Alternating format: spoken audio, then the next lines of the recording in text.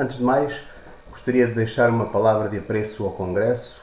Infelizmente, um passo ínfimo para a humanidade, mas uma grande realização para a cultura portuguesa. E vou falar então do par romântico. Do mesmo modo que no século XVII, Portugal, pela via da política, com ligação à corte francesa pelo casamento de Dom Afonso VI com Maria Francisca de Saboia, em 1666, se incluía na galeria da literatura europeia com a personagem do século do rei Dom Sebastião, foi de novo a França que lançou na Europa romântica do século XIX outra personagem portuguesa, Camões. Mas em duas novelas de 1671 e de 1679, Dom Sebastião vinha conotado com o infeliz desfecho de uma batalha que foi difundida e lamentada por toda a Europa, mas já trazia o prolongamento da história com a aventura do falso Dom Sebastião de Veneza. Quer dizer, a ficção já estava previamente construída, não só com o heroísmo desfeito do rei, a incerteza da sua morte e a sua ressurreição tardia, com laivos de mistério. No século XIX, voltam os acontecimentos políticos a condicionar o interesse por uma figura histórica, mas agora não aproveitada só como personagem literária, mas tornando-se ela própria tema dessa mesma literatura europeia. E com os tópicos exatos da estética romântica, como veremos a seguir. No início do século, os ecos da Revolução Francesa, nomeadamente na monarquia portuguesa, as invasões napoleónicas e a imigração liberal para a Inglaterra, chamaram novamente a atenção para um país periférico que todos conheciam, integrado na Península Ibérica. Tristecina, mas de certa utilidade. Há 4 aspectos relevantes para que a literatura romântica europeia dedique algumas centenas de páginas às personagens de Camões e de Dom Sebastião. Este interesse vai da França a São Petersburgo e passa por Portugal, Inglaterra, Espanha, Itália, Alemanha e Áustria.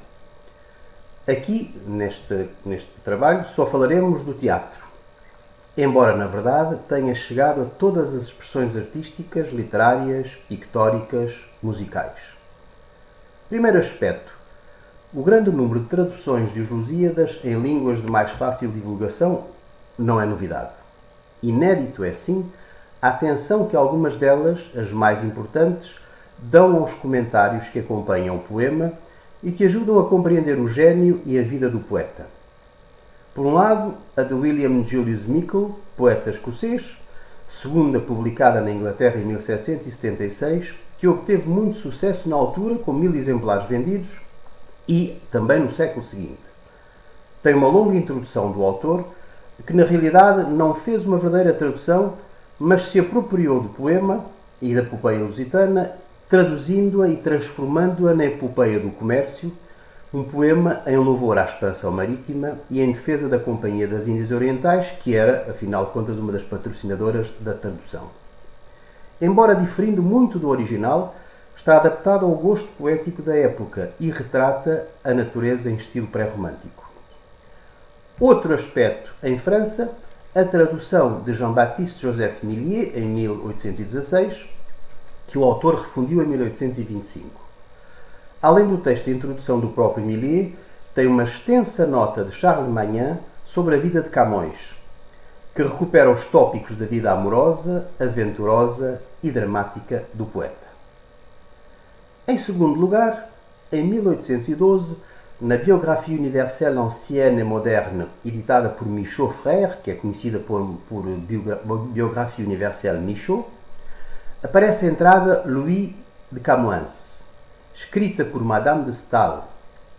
Aí, a autora passa em revista tudo o que faz do poeta uma boa personagem dramática e romântica, de amoroso, nomeadamente por Catarina de Ataíde, os desterros, o despeito dos contemporâneos a tragédia no mar e o salvamento do manuscrito, a generosidade dos amigos que lhe pagam a viagem de regresso, o interesse que o rei Dom Sebastião mostrou pelo poema, a pobreza e a doença no final da vida. E além disso, os últimos momentos de um grande poeta para quem o escravo javanês António pedia esmola à porta da igreja, que foi o que mais impressionou a iconografia e a dramaturgia do século XIX. Este elenco de acontecimentos da vida de Camões, como sabem, vem de Pedro de Maris, que Manuel Severino de Faria recuperou e que Manuel Faria Sousa completou. E é ele que vai servir de esteio às elucubrações dramáticas que envolvem a personagem Camões, herói romântico. Mas Madame de Staël leu o poema no original e não se limita a aproveitar a biografia do mais célebre poeta português, palavras suas. Acrescenta comentários próprios, já ditados pela nova estética que se insinuava nas letras e que originou o grande movimento cultural. Diz ela: um português deveria ficar menos espantado do que nós com as belezas da natureza do Sul. Mas há algo de tão maravilhoso nesta desordem como nas belezas das antigas partes do mundo, que delas se buscam com avidez os pormenores e a originalidade. E talvez Camões, nas descrições que faz, esteja tão conforme com a teoria que ditam as belas artes.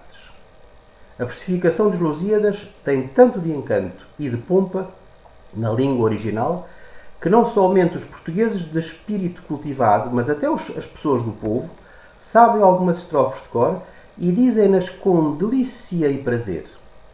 A unidade de interesse deste poema está sobretudo no sentimento patriótico que o percorre. A glória nacional dos portugueses está retratada nele sob todas as formas que a imaginação lhe pode dar.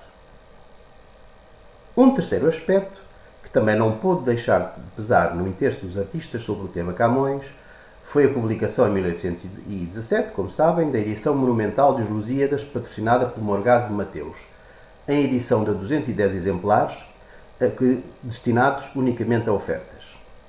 E as gravuras que ilustravam o livro muito contribuíram para chamar a atenção sobre Portugal, o seu poeta e a sua história. Além disso, também tem uma introdução sobre a vida de Camões. O último episódio que acrescentou ao imaginário da criação artística romântica foi o dramatismo iconográfico de uma pintura que representava Camões e o Jao. No Salão de Paris, que se realizou no Louvre em 1824, estava exposto um quadro de Domingos Sequeira que lhe valeu uma medalha de ouro. Era um quadro que se intitulava Os Últimos Momentos de Camões e, embora pintado à pressa, foi louvado por Gérard, Granet, Vernet e outros pintores franceses. De notar que François Gérard fez o retrato de Camões para a edição dos Lusíadas de Morgado de Mateus. E Vernet pintou um quadro intitulado Camões salvando Sanado com o poema. Do quadro de Sequeira, hoje perdido, não temos rastro, mas pode-se ter uma ideia através do esboço de carvão a carvão e a giz branco existente no Museu Nacional de Arte Antiga, intitulado A Morte de Camões. Ora, do título deste trabalho se infere que vou focar-me apenas nas peças que incluem as duas personagens ligadas entre si por algum traço comum, como par romântico. Pela extensão do corpus, como devem calcular, apenas ficarei por uma apresentação muito geral, sendo impossível falar em todos os aspectos que uma matéria destas exige. No referido verbete de Madame de Staël também há a referência ao rei e a motivação para alguns autores incluírem nas suas peças as duas personalidades artísticas históricas, agora transmudadas em personagens dramáticas, e a autora proporcionou-lhes o guião. Diz ela: o rei Dom Sebastião, mal saíra da infância, mostrou interesse em Camões, aceitou a dedicatória do seu poema, épico, e prestes a começar a sua expedição contra os mouros em África, percebeu melhor do que ninguém o gênio do poeta, que, como ele, amava os perigos quando eles podiam conduzir à glória, mas dir-se-ia que a fatalidade que perseguia o poeta atingia também a sua pátria para o esmagar sob a maior ruína. O rei Sebastião morreu na Batalha de Alcácer em 1578, com ele se extinguia a dinastia e Portugal perdia a sua independência. Em consequência, todos os recursos e toda a esperança se perderam para Camões.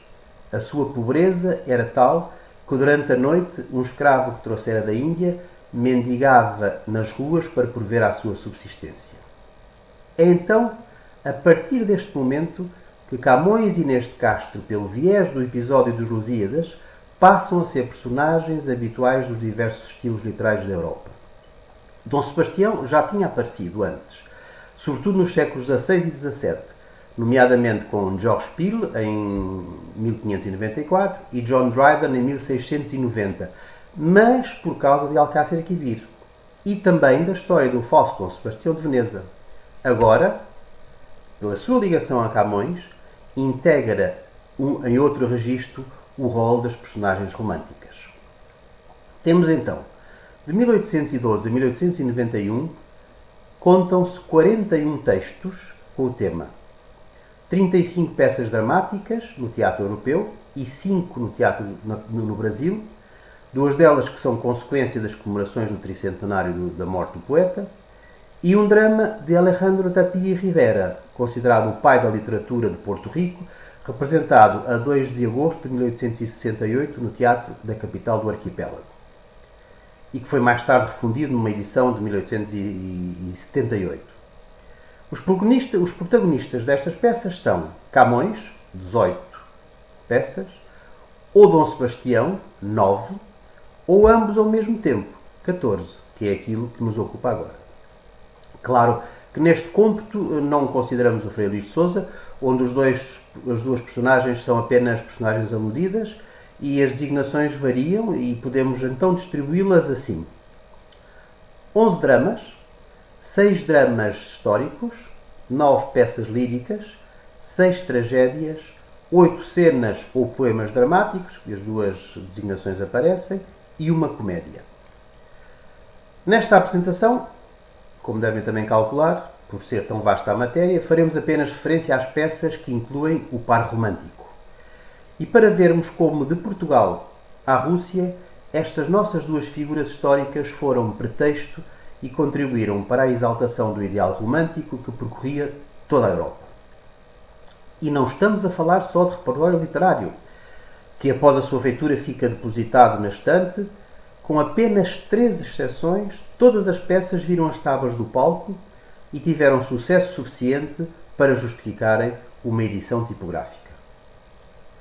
Sem querer por agora entrar no debate do que se deve designar como drama ou teatro histórico, basta dizer que quando os autores quiseram manter-se fiéis, de modo geral, aos dados históricos ou da tradição que envolvem a vida de Camões e o destino fatal do rei, porque os dados históricos talvez não lhe fornecessem suficiente matéria para criar o clímax dramático, tiveram que o preencher com uma trama ficcional que ajudasse e os completasse. E completasse aquilo que era já pretensamente dramático ou trágico. É naquilo que eu chamo, nesses interstícios, que o delírio criativo mais difere em cada uma das peças.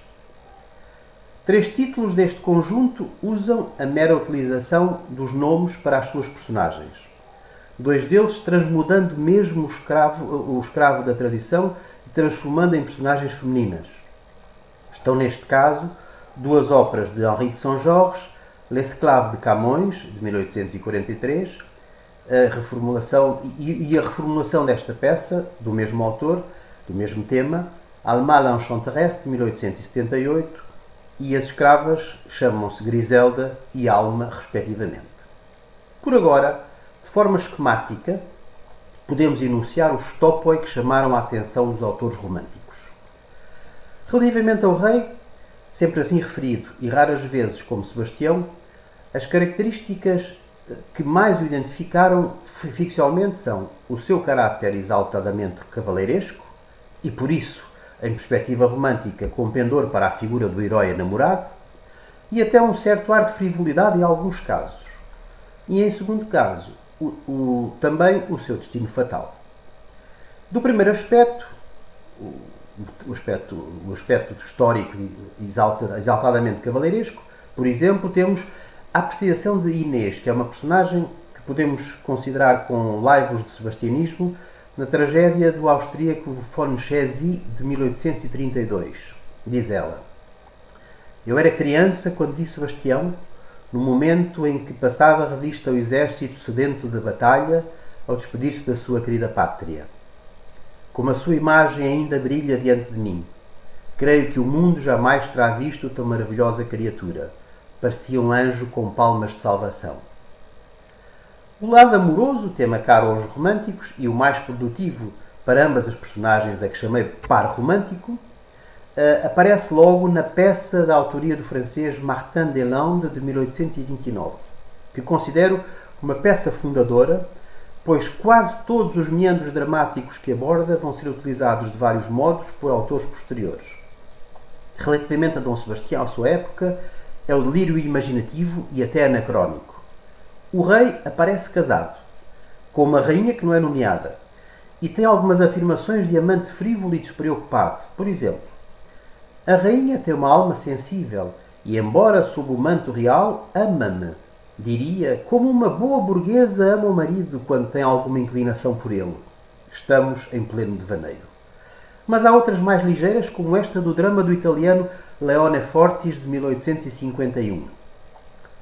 Com o amor passam-se momentos mais doces do que com a política.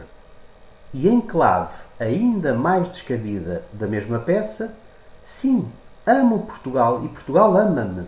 Bem sei, no entanto, Marquesa, a minha alma jovem ardente demanda mais largas efusões, afetos menos solenes talvez, mas muito mais ternos. E outra afirmação esta improvável, e até anistórica, que o levaria a renunciar à expedição de África, diz ele, por uma mulher que me faria cometer o ato mais impolítico da terra. No que diz respeito a Dom Sebastião, é obra. Do segundo aspecto que enunciei, o do destino fatal do rei na batalha, esta só aparece assim designada em ecos na evocação que algumas personagens fazem a posteriori a enquadrar o desfecho trágico, com uma exceção no drama histórico do polaco Aleksander Przezdziecki, Dom Sebastião de Portugal, de 1836.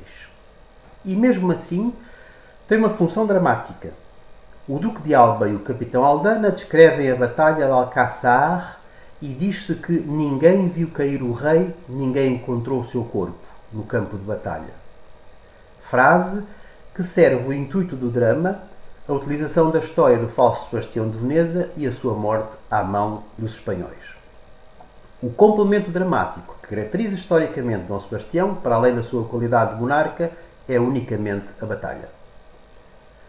Outro complemento, mas ligado a Camões, é o livro. Os Lusíadas é sempre aludido entre os autores estrangeiros como o poema. Mas Martin Deslandes refere o título. Embora em nota, o poeta diz que recita perante o rei 50 dos mais belos versos de La Lusíada. Até diz que não os traduz, porque quem conhecer a peça e quem conhecer o original vai presenteá-lo e vai ficar contente por ele não ter traduzido. Esta sessão de leitura que encontramos igualmente, encontramos também no drama de Victor Perrault e Armand Dumézil, de 1845. E o mesmo momento cênico aparece na peça do português Alexandre Monteiro, em 1848, mas, segundo a lição de Garrett, o autor situa a leitura das estrofes do episódio de Inês de Castro na Penha Verde, em Sintra. E são as únicas peças deste conjunto que dão ao poema estatuto cênico. São, pois, os três elementos caracterizadores de cada uma das personagens comuns em presença cênica. A leitura do livro, o final, quando Camões, em último extrator, toma conhecimento do desfecho da batalha e morre em total desalento, e em outro registro, a situação amorosa em que ambos são rivais, nas referidas óperas de Henri de Saint-Georges, porque amam a mesma mulher. Evidentemente que cada um destes aspectos tem implicações dramáticas que não cabe aqui descrever. Mas vale a pena referir outra cena de impacto teatral.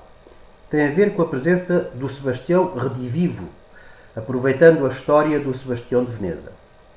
O já citado autor polaco, Przezdziecki, em 1836, cria uma cena de grande aparato, em que durante as cerimónias em honra do rei morto, o falso Sebastião reaparece, encontra Camões e ambos assistem ao cortejo fúnebre, desenrolando-se a partir daí as relações entre os dois. É um artifício cênico que será utilizado igualmente em Eugène Scribe, no libreto Dom Sebastião, Roi de Portugal, de 1843, que foi a última ópera composta por Donizetti. Relativamente a Camões, identificamos os seguintes topoi. 1. A miséria e a desgraça do grande poeta, que a posteridade celebrou, mas que foi menosprezado em vida, tema da sua biografia que serve o sentimentalismo exacerbado. Do romantismo, claro. 2. A exaltação da sua vida amorosa, que é tema da sua lírica, que encaixa na subjetividade individualista das pulsões da alma, também um topoi romântico. E 3. A sua relação com o poder, neste caso com o rei, e o amor pela pátria, tema da sua épica, que reproduz o nacionalismo idealizado, também característica do romantismo. No entanto, os dois temas que mais interessaram o dramatismo romântico foram os amores apaixonados e contrariados do poeta com Catarina e os seus últimos momentos, que são mesmo tema e título de dois dramas, a preencher outro topos romântico, a atração da morte desejada como solução para um amor inatingível. Falei atrás de Martin Deslandes. As palavras do próprio autor revelam o interesse que Camões lhe suscitou e que alertou outros autores. Dizia ele: lanço assim ao mundo o meu infeliz poeta, só e sem qualquer apoio. Assim possa melhor ter fortuna em Paris do que em Lisboa. É por isso, como disse, uma peça fundadora. Passa-se em 1579, data da ação dos diferentes textos que se situam à roda de 1578 e 1579. Alguns autores indicam apenas finais do século XVI, mas Francisco Manuel Raposo de Almeida, autor português imigrado no Brasil, faz uma panorâmica na ação, começando em Dom João III e acabando em 1577, num erro evidente de data, pois o final do drama já fala no desfecho da batalha.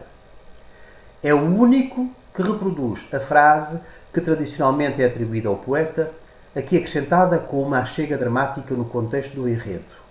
Diz ele: morro por ela e com a pátria. Catarina, minha pátria, meus amores, recebei o meu último suspiro. Este lamento final repete-se em algumas outras peças, por exemplo, no drama do autor alemão Hermann Theodor Schmidt, de 1843. Ó pátria, Portugal infeliz, pátria órfã. Mas aqui, reunindo forças, Camões também exorta à luta, em grito de revolta e de afirmação do nacionalismo exacerbado, que Enrico Golichiani, de 1873, também usa. Aos ecos da populaça que grita Viva Espanha, Camões contrapõe perjúrio, não, viva Lisboa. Mas em Perrault de Mesnil, os dois autores, invoca apenas Catarina. Só António Feliciano de Castilho, que glosou mais do que traduziu este drama de Perrault de Mesnil em 1849, dá a última palavra a António, que pede tristemente esmola para o enterro de Camões, seguindo o que dissera Pedro de Maris. O final da peça do austríaco von Chézy, que eu já recitei, é a glorificação do poeta, em que um seu admirador pede ao usurpador que ao menos mande erigir uma lápide a Camões. Pátria ingrata, aqui repousa o teu cantor, mártir da fama e do amor, e faz lembrar aquela que refere Manuel de Faria e Sousa. Mas Camões nem sempre morre. O drama de Alexander Przezdziecki não segue o cânon da tradição. O poeta não só não morre na miséria, como se inflama contra o invasor espanhol. E de igual modo está bem vivo nas duas óperas citadas de Henri de Saint-Georges. Já disse que o tema de ambas é essencialmente uma relação amorosa, mais do que qualquer enquadramento histórico. Os dois atores são meras personagens dramáticas que apenas investem os nomes dos originais em disputa pela mesma mulher. A primeira termina com as manifestações de amizade de um e de outro e do reconhecimento mútuo. Camões diz: finalmente encontro o neto de Carlos V, o meu rei. E o rei, estendendo-lhe a mão, melhor do que um rei, Camões, um amigo. Na segunda, Almada Enchanteresse, Sebastião, reconhecido, não lhe dá a coroa de louros como em outras peças, na cerimónia de leitura e de coroação, mas entrega a Camões o amor que tem por alma, a quem renuncia num libreto que se afasta completamente do tema camoniano. Mas também o vemos bem vivo a clamar vigorosamente que não haverá tréguas enquanto não se descobrir o assassino de Catarina, que morre, em vez dele, no drama ultrarromântico de Alexandre Monteiro de 1848. Por esta amostra rápida se deduz que a criação romântica nem sempre se ateve aos factos que foram transmitidos pela tradição. E por isso, algumas vozes se levantaram contra o desvario, nomeadamente o já referido António Feliciano de Castilho e também José Freire de Serpa Pimentel, que com grande desagrado refuta o enredo da ópera cómica de Henri de Saint-Georges, L'Esclave de Camões, de 1848, e também, mais modernamente, de Giacinto Manupella, que chama a ópera de Scribe um dramalhão folhetim construído sem escrúpulos de espécie alguma. Falámos do final. Voltemos ao princípio, à chegada de Camões à pátria depois do desterro. Na tragédia de Chézy, Camões vem do mar, depois do naufrágio, com as folhas do manuscrito na mão. O seu primeiro impulso é beijar o solo pátrio. O seu lamento, ou grito de revolta, é também um topos do drama fundador de Martin Deslandes, reproduzido por outros autores e que é normalmente ocasião para o grande monólogo de Camões. As grandes tiradas iniciais fazem dramaticamente contraponto com os finais, em que, mesmo tendo havido algum reconhecimento, o desenlace é quase sempre a tristeza, a miséria, a doença, a morte. Mas é nestes textos, nestes momentos do monólogo, neste momento cénico, que os autores aproveitam para compor textos marcadamente românticos, alguns muito belos, onde não faltam traços poéticos. E os tópicos que podemos sucintamente relevar destes monólogos são o prazer de rever a pátria e a declaração do amor que lhe tem, embora a palavra madrasta apareça pelo menos 3 vezes. O desejo de nela ser sepultado.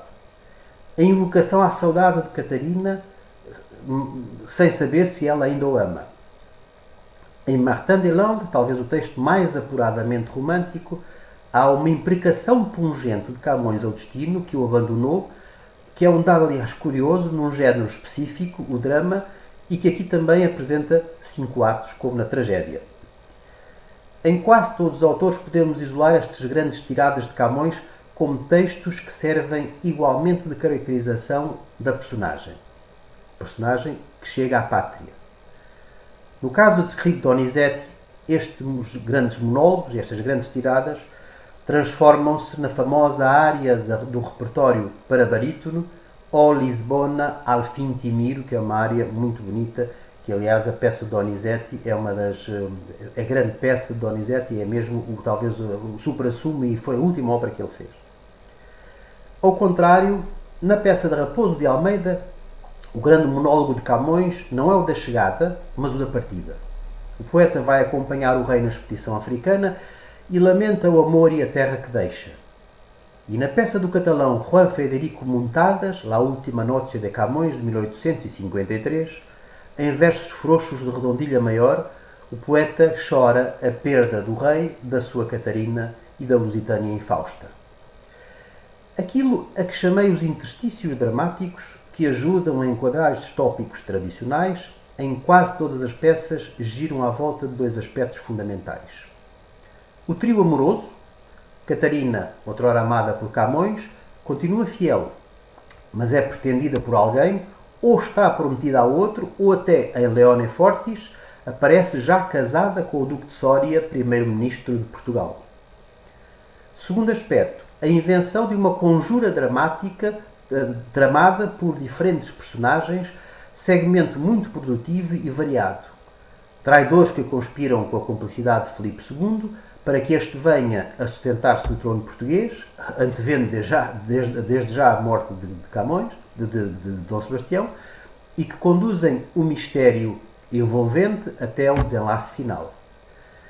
Em alguns casos, estes 2 aspectos interligam-se quando se implica Camões, através de manigâncias conspirativas. No final, juntam simultaneamente a coroação de Camões e o desmascarar do cabecilha da traição, que, como não podia deixar de ser, era o prometido à força para casar com Catarina. É neste momento que renasce a esperança entre os dois, da sua união, poeta e amada, mas tarde demais. pois Camões, já doente e perto do fim, acaba por expirar, depois de saber também que o rei morrera na batalha. No drama obtuso de Juan Federico Montadas, como eu já referi, é Catarina que invetiva a pátria. Portugal, sem ventura, em vão ao céu elevarás as preces, não terás outro não, não mereces.